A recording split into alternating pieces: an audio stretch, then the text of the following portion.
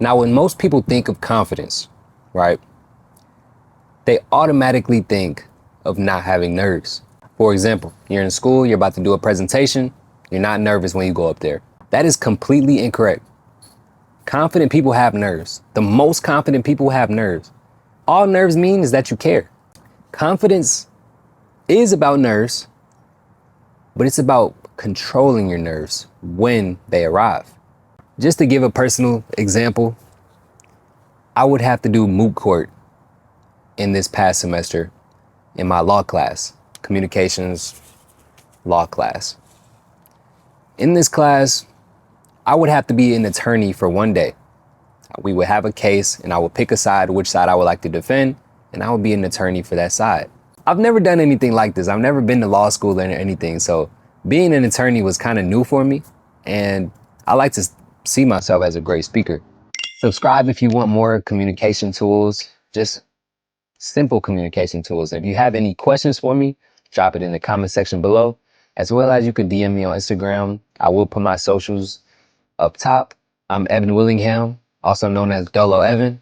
I break communication skills down step by step, educational videos, and I have a lot more on the way, as well as an online course on the way. But when it came to this specific thing, I've never done it before. I've never done a presentation like this. And when it was time to present, my nerves were just spiraling. Trust me. It might not have looked like it for anybody that's watching this video that might have been in my class. It might not have looked like it whatsoever because I have my game face on, right? But it's just a matter of controlling your nerves. And this comes with practice. My light just died. That's why we always got a backup camera. The belief that confidence means not having nerves is the reason why so many people struggle with it. The more research I do in communications, the more I realize that nerves comes with it. The most successful speakers, the most popular comedian, all have nerves when they're about to do a set or go on stage in front of thousands or even millions of people. It's all about controlling your nerves. Once I personally learned this, it became so much easier. Speaking became like clockwork, even when I was uncomfortable, because you realize that these nerves can be controlled. It can be, but it's all about knowledge and realizing how to control them. Now, to begin with, in order to control your nerves, it's about changing your perspective, which is basically anything in the world. When you're trying to reframe how your mind thinks, it's about perspective. Learn a new perspective. Oh, that's how you see it? Okay, cool. I'm gonna try to see it that way. It makes things a lot smoother. It's like a road that was just freshly built compared to potholes in the ground when you're thinking, oh, this is how it's supposed to be. Oh my goodness. When you find a new perspective, it's wow, that's how you see it? Okay, let me try to input that into my life. So let's define nervousness. Being nervous. Your body is preparing you for something to come. Your body might not know what's going on, but it knows something's coming up because that's what your brain is telling you. That's what the brain is telling your body. Something's coming up. We're about to go on stage. We're about to go into this meeting. We're about to go into this interview. Your body has no idea what's going on, but your brain is telling the body something important. It's something. There's no direction, but it's something. Your mind is alerting you. Now, this is not a flaw whatsoever. It's far from a flaw, actually. All it is energy without direction. Now, we've all been there. Heart racing, shaky hands, sweaty hands, tight chest, mind racing. That's nervousness. We've all been there. Trust me. I feel like a lot of the times people go through things, they feel like they're alone. You're far from alone. I've been studying communication for almost, I would say about 4 years, 4 to 5 years. And this is not something that you just easily get over. It's not just a speed bump. It's a little more than a speed bump. But once you get over it, it's like American Airlines first class. It's like smooth flight. But the problem is not the feeling.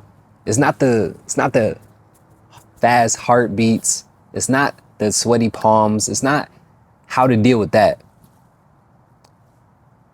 The problem is not feeling. The problem is what to do with the feeling. Here are 4 things that make you instantly sound confident, even when you are very, very nervous. Number 1, you must slow down your pace. When you're nervous, you want to speed up, talk fast, talk fast. For example, I had a presentation, I remember this past semester, and it had to be 8 minutes long. I was by myself, it was just me. It had to be 8 minutes long. I don't remember exactly what the subject was over.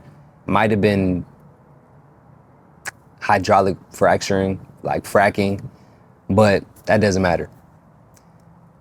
It was supposed to be 8 minutes. And I timed it the day before, in my room. I'm like, okay, this is how long it's gonna be. Now, what I didn't account for is that once I went up there, of course, with the nerves, I was gonna talk a little faster than usual. And I get through my first 3 slides, which was supposed to be 3 minutes of, 3 minutes total, 1 minute apiece. I was only 1:30 in, 3 slides. And I only had a couple more. So I'm like, wait, whoa, what happened? I didn't slow down my pace. I didn't take pauses between key lines in my presentation. These key pauses that you take are very important in speaking. When you slow down your speech, it signifies control and certainty. Because we all know nervous people talk fast, mumble, they might stutter a little bit, mumble, but they're talking very fastly, like they're stumbling over their words fast and quickly. They want to get it out so they can stop talking and pull back. A lot of nervous people pull back quickly because they don't want to talk. So when it's time for them to talk, they get it all out and pull back.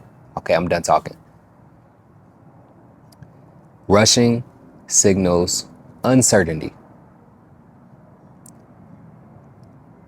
Slowing down your pace signals certainty and control. 2, speak in short, clear sentences. Instead of over-explaining something that you have going on, break it down into 1 to 2 clean points, straight to the point. Clarity is much more powerful than complexity. Number 3, breathe before you speak. Now, this sounds super simple, right? But sometimes we forget to breathe and just take a deep breath.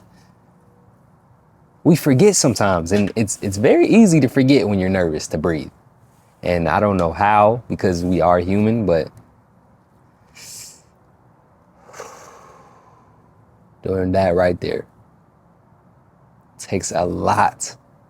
It takes a ton of pressure off you, just taking a deep breath. Number 4, focus outward, not inward. Meaning, confidence grows when you focus on the listener more than you focus inward, that being yourself. When you focus on who you're speaking to while you're speaking, it takes the pressure off of yourself. For example, you're giving a presentation. I like to look at people in the middle rows, just because I want to look past the first people, of course, but I don't want to look at the back wall and just stare at the back wall and just talk to the back wall while I'm speaking. I would like to move my eyes around. I like to look at everyone, of course, but my main focus is the people in the middle. Why? Because it makes it a whole lot easier when you're talking to one person. When you're talking to one person, it's a lot easier than talking to 50.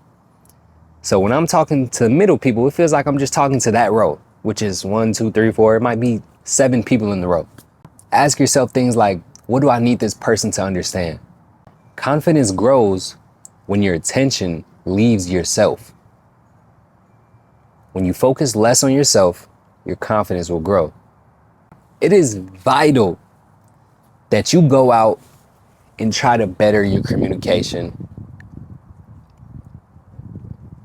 by putting yourself in tough situations. I know this sounds impossible. It's like, wow, what am I supposed to do? How do I do this? Every rep trains your nervous system. How I started to build up my confidence and public speaking skills did not start with me just getting up on the stage and talking to people 100 times.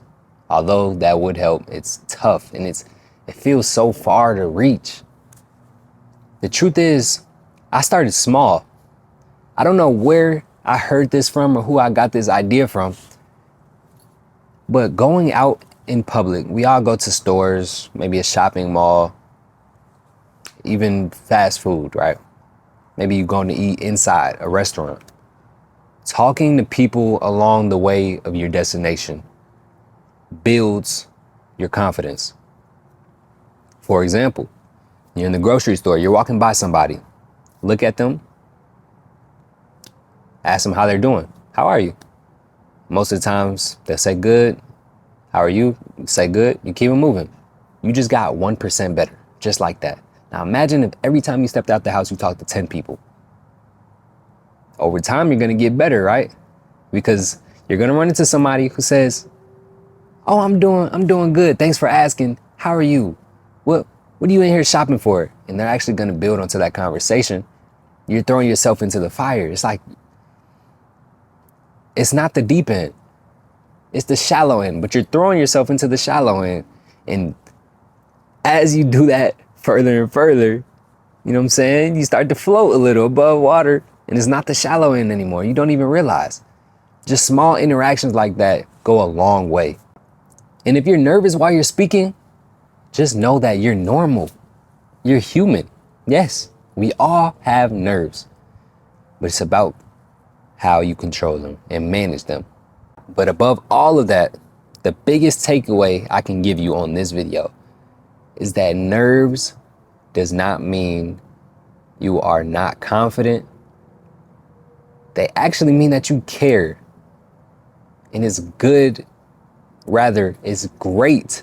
Sorry, it's great to care. It's great to care.